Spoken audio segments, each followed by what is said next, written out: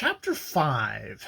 The observance of Sunday at Belmont was chiefly marked by the punctual appearance of the smart omnibus destined to convey the household to the little church at the gates. Whether anyone got into the omnibus or not was a matter of secondary importance, since by standing there it not only bore witness to the orthodox intentions of the family, but made Mrs. Trenner feel, when she finally heard it drive away, that she had somehow vicariously made use of it. It was Mrs. Trenner's theory that her daughters actually did go to church every Sunday, but their French governess convictions calling her to the rival fane, and the fatigue of the week keeping their mother in her room till luncheon, there was seldom anyone present to verify the fact. Now and then, in the spasmodic burst of virtue, when the house had been too uproarious overnight, Gus Trenner forced his genial bulk into a tight frock coat, and routed his daughters from their slumbers. But habitually, as Lily explained to Mr. Gryce, this parental duty was forgotten till the church bells were ringing across the park, and the omnibus had driven away empty.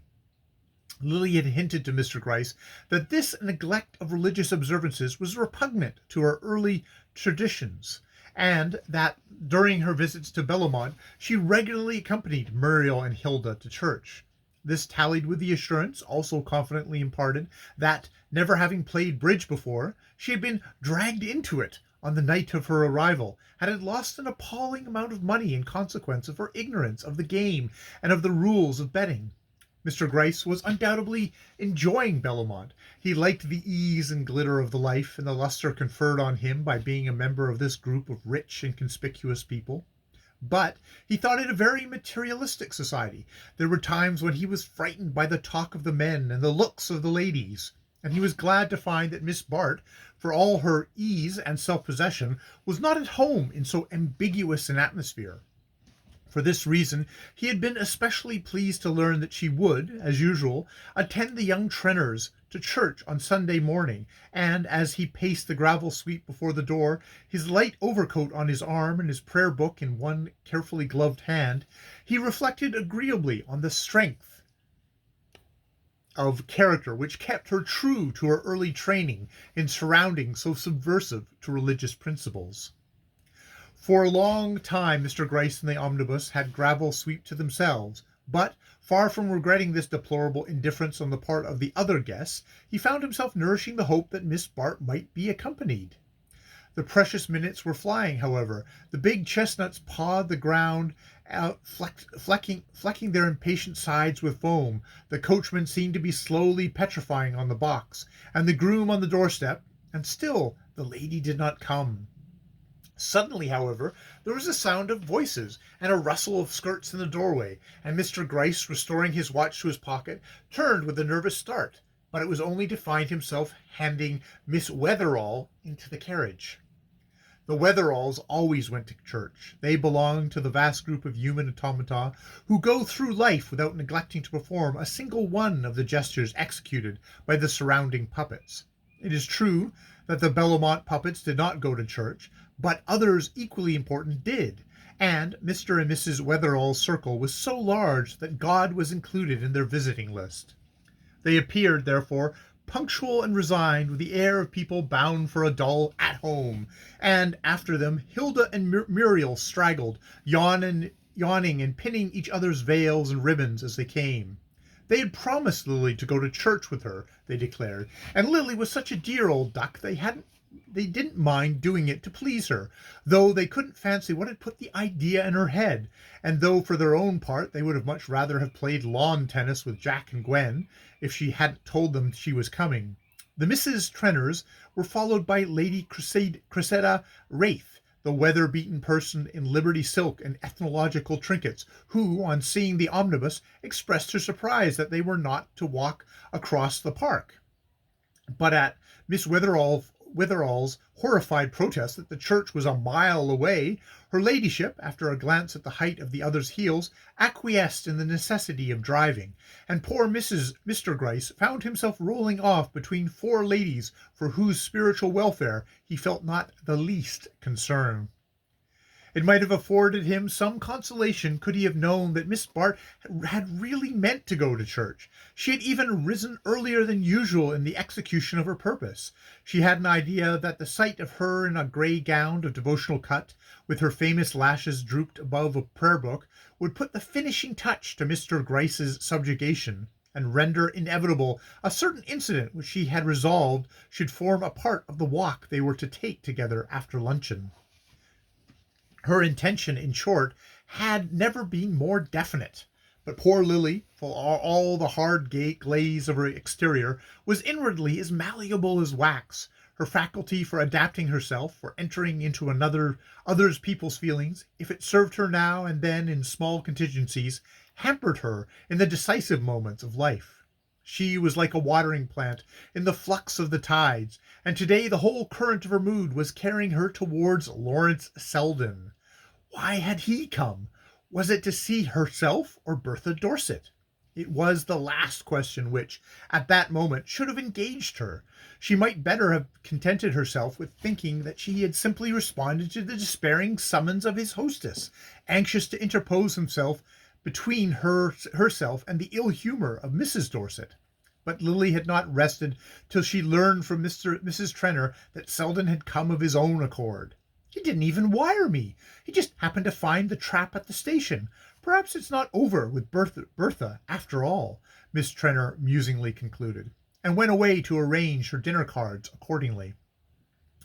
Perhaps it was not, Lily reflected, but it should be soon, unless she had lost her cunning. If Selden had come at Mrs. Dorset's call, it was at her own that he would stay.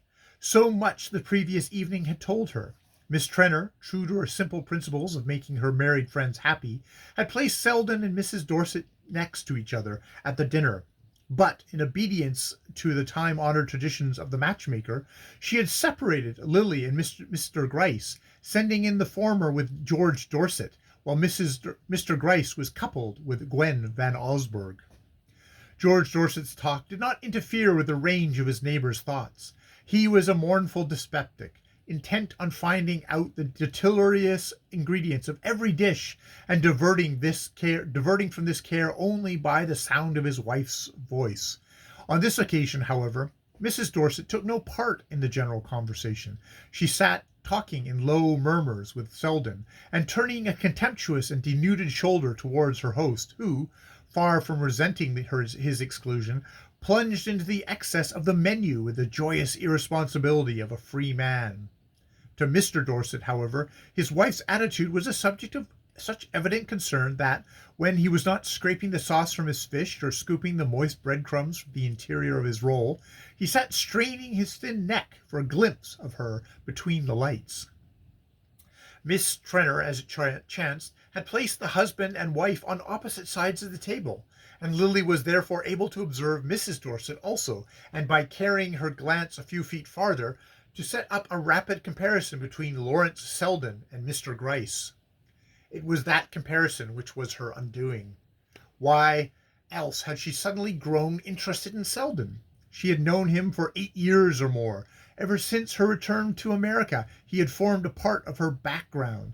She had always been glad to sit next to him at dinner, had found him more agreeable than most men, and had vaguely wished that he possessed the other qualities needful to fix her attentions. But till now she had been too busy with her own affairs to regard him as more than one of the pleasant accessories of life. Miss Bart was a keen reader of her own heart, and she saw that her sudden preoccupation with Selden was due to the fact that his presence shed a new light on her surroundings. Not that he was notably brilliant or exceptional.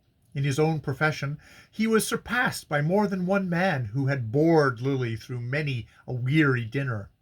It was rather that he had preserved a certain social detachment, a happy air of viewing the show objectively, of having points of contact outside the great gilt cage in which they were all huddled for the mob to gape at. How alluring the world outside the cage appeared to Lily, as she heard its doors clang on her.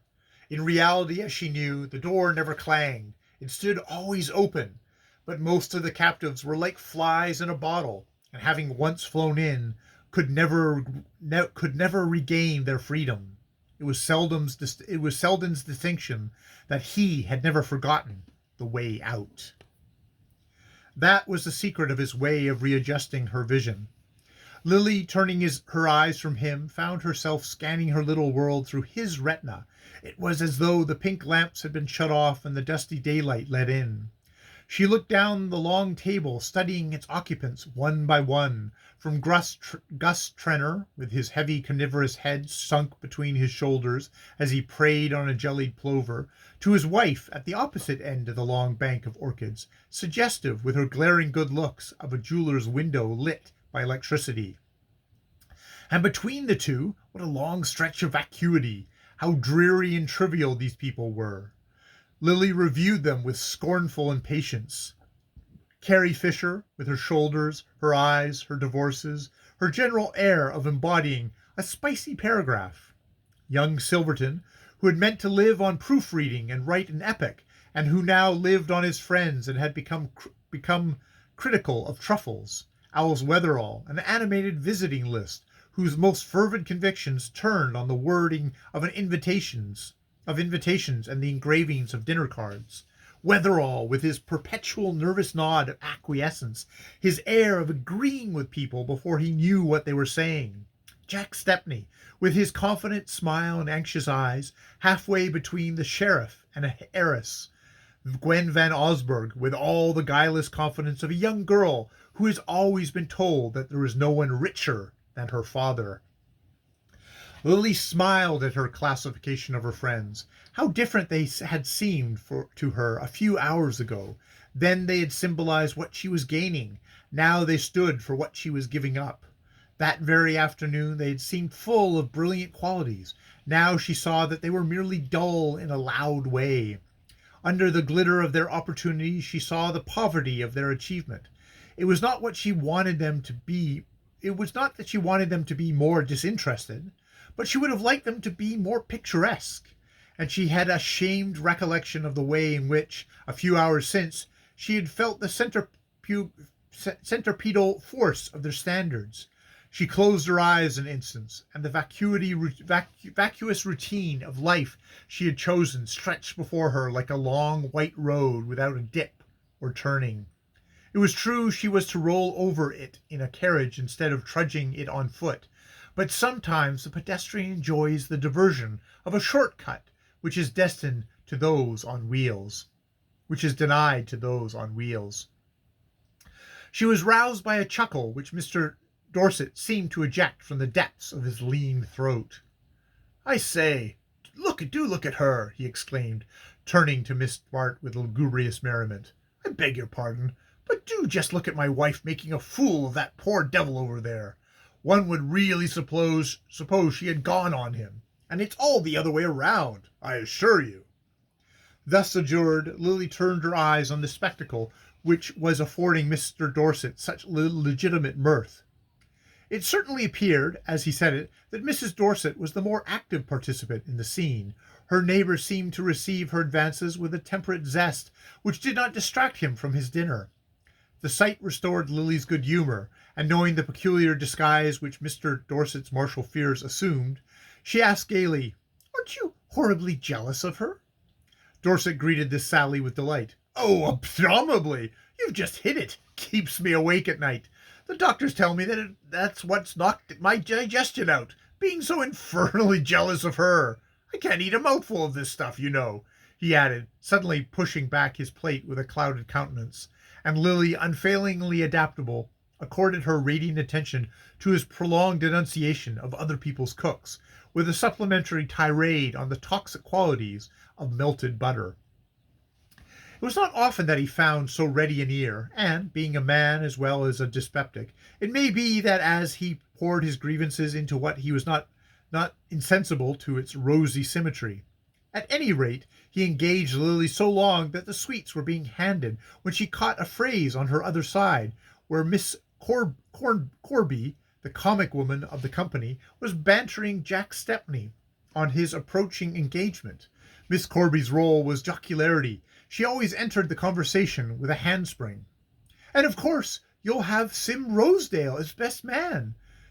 Lily heard her fling out as the climax of her prognostications, and Stephanie responded as if struck. Jove, that's an idea. What a thumping present I'd get out of him. Sim Rosedale? The name, made more odious by its diminutive, obtruded itself on Lily's thoughts like a leer.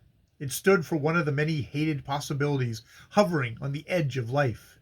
If she did not marry Percy Gryce, the day might come when she would have to be civil to such men as Rosedale. If she did not marry him. But she meant to marry him. She was sure of him, and sure of herself. She drew back with a shiver from the pleasant paths in which her thoughts had been straying, and set her feet once more in the middle of the long white road. When she went upstairs that night, she found that the late post had brought her a fresh batch of bills. Miss Pension, who was a conscientious woman, had forwarded them all to Bellomont. Miss Bart, accordingly, rose the next morning with the most earnest conviction that it was her duty to go to church. She tore herself betimes from the lingering enjoyment of her breakfast tray, rang to have her grey gown laid out, and dispatched her maid to borrow a prayer book from Mrs. Trenner. But her course was too purely reasonable not to contain the germs of rebellion. No sooner were her preparations made than they aroused a smothered sense of resistance. A small spark was enough to kindle Lily's imagination, and the sight of the grey dress and the borrowed prayer book flashed a long light down the years. She would have to go to church with Percy Gryce every Sunday. They would have a front pew in the most expensive church in New York, and his name would figure handsomely in the list of parish charities. In a few years, when he grew stouter, he would be made a warden. Once in the winter the rector would come to dine, and her husband would beg her to go over the list and see that no divorcees were included, except those who had showed signs of penitence by being remarried to the very wealthy. There was nothing especially arduous in this round of religious obligations, but it stood for a fraction of that great bulk of boredom which loomed across her path, and who could consent to be bored on such a morning? Lily had slept well, and her bath had filled her with a pleasant glow, which was becoming reflected in the clear curve of her cheek. No lines were visible this morning, or else the glass was at a happier angle. And the day was the accomplice of her mood. It was a day for impulse and truancy. The light air seemed full of powdered gold. Below, the dewy bloom of the lawns and the woodlands blushed and smouldered, and the hills across the river swam in molten blue. Every drop of blood in Lily's veins invited her to happiness. The sound of wheels roused her from these musings, and leaning behind her shutter, she saw the omnibus take up its freight. She was too late, then, but the fact did not alarm her. A glimpse of Mr. Gryce's crestfallen face even suggested that she had done wisely in absenting herself, since the disappointment he so candidly betrayed would surely whet his appetite for the afternoon walk. That walk she did not mean to miss. One glance at the bills on her writing table was enough to recall its necessity. But meanwhile she had the morning to herself, and she could muse pleasantly on the disposal of its hours. She was familiar enough with the habits of Bellomont to know that she was likely to have a free field till luncheon. She had seen the Wetheralls, the Trenner girls, and Lady Cressida packed safely into the omnibus. Judy Trenner was sure to be having her hair shampooed. Carrie Fisher had doubtlessly carried off her host for a drive. Ned Silverton was probably smoking the cigarette of young despair in his bedroom, and Kate Corby was certain to be playing tennis with Jack Stepney and Miss Van Osburgh. Of the ladies, this left only Mrs. Dorset unaccounted for, and Mrs. Dorset never came down to luncheon. Her doctors, she averred, had forbidden her to expose herself to the crude air of the morning. To the remaining members of the party, Lily gave no special thought. Wherever they were not likely to interfere with her plans. These, for the moment, took the shape of assuming a dress somewhat more rustic and summer-like in style than the garment she had first selected, and rustling downstairs, sunshade in hand, with the disengaged air of a lady in quest of exercise. The great hall was empty, but for the knot of dogs by the fire, who, taking in at a glance the outdoor aspect of Miss Bart, were upon her at once with lavish offers of companionship. She put aside the ramming pause which conveyed these offers, and assured the joyous volunteers that she might presently have use for their company, sauntered on through the empty drawing room to the library at the end of the house. The library was almost the only surviving portion of the old manor house of Bellomont, a long, spacious room revealing the traditions of the mother country in its classically cased doors, the Dutch tiles of the chimney, and the elaborate hob grate with its shining brass urns. A few family portraits of lantern-jawed gentlemen in tie wigs and ladies with large headdresses and small bodies hung between the shelves lined with pleasantly shabby books, books mostly contemporaneous with the ancestors in question, and to which the subsequent tenants had made no perceptible additions.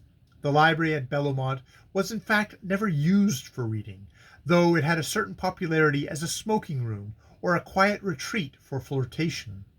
It occurred to Lily, however, that it might on this occasion have been resorted to by the only member of the party in the least likely to put it to its original use.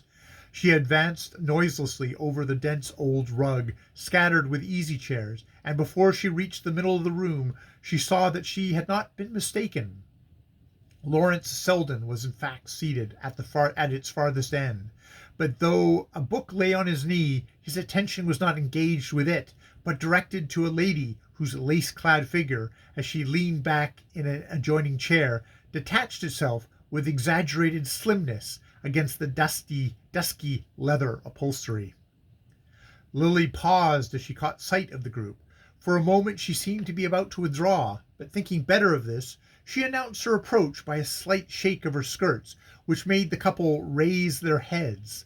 Mrs. Dorset with a look of frank displeasure, and Selden with his usual quiet smile. The sight of his composure had a disturbing effect on Lily, but to be disturbed was in her case to make a more brilliant effort at self-possession. "Dear me, am I late?" she asked, putting a hand in his as he advanced to greet her. "Late for what?" inquired Mrs. Dorset tartly. "Not for luncheon, certainly, but perhaps you had an earlier engagement." "Yes, I had," said Lily confidingly. "Really? Perhaps I am in the way then? But Mr. Selden is entirely at your disposal." Mrs. Dorset was pale with temper, and her antagonist felt a certain pleasure in prolonging her distress. "Oh dear, no, do stay," she said good-humouredly. "I don't in the least want to drive you away." "You're awfully good, dear, but I never interfere with Mr. Selden's engagements."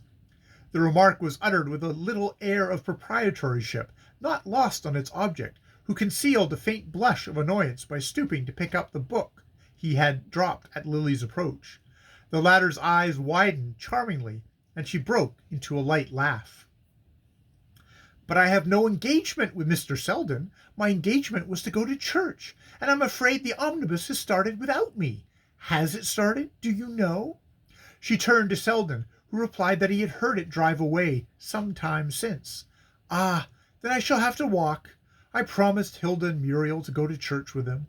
It's too late to walk there, you say? Well, I shall have the credit of trying at any rate, and the advantage of escaping part of the service. I'm not so sorry for myself, after all." And with a bright nod to the couple on whom she had intruded, Miss Bart strolled through the glass doors and carried her rustling grace down the long perspective of the garden walk. She was taking her way churchward, but at no very quick pace, a fact not lost on one of her observers, who stood in the doorway looking after her with an air of puzzled amusement. The truth is, she was conscious of a somewhat keen shock of disappointment. All her plans for the day had been built on the assumption that it was to see her that Selden had come to Bellomont. She had expected, when she came downstairs, to find him on the watch for her, and she had found him, instead, in a situation which might well be denote that he had been on the watch for another lady. Was it possible, after all, that he had come for Bertha Dorset? The latter had acted on the assumption to the extent of appearing at an hour when she never showed herself to ordinary mortals, and Lily, for the moment, saw no way of putting her in the wrong. It did occur to her that Selden might have been actuated merely by the desire to spend a Sunday out of town. Women never learn to dispense with a sentimental motive in their judgment of men. But Lily was not easily disconcerted. competition put her on her mettle, and she reflected that Selden's coming, if it did not declare him to be still in Mrs. Dorset's toils, showed him to be so completely free from them that he was not afraid of her proximity.